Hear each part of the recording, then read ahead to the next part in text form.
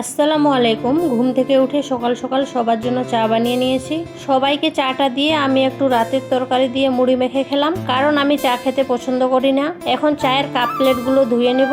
আমার শাশুড়ি আম্মু বলল আজকে রান্নাটা তুমি করো, তাই রান্না চাপিয়ে দিয়েছি। পটল দিয়ে মাংস রান্না করেছি আর এখানে ভাত হচ্ছে।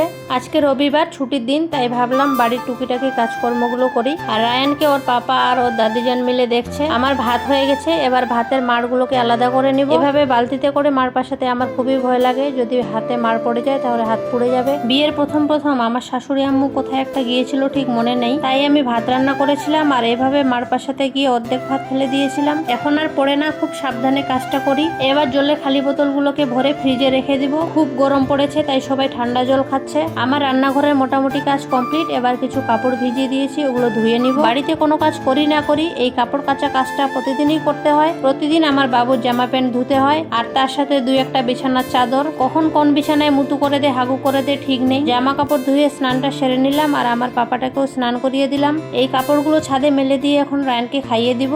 এরপর নিজে খেয়ে একটু রেস্ট করব। টাটা।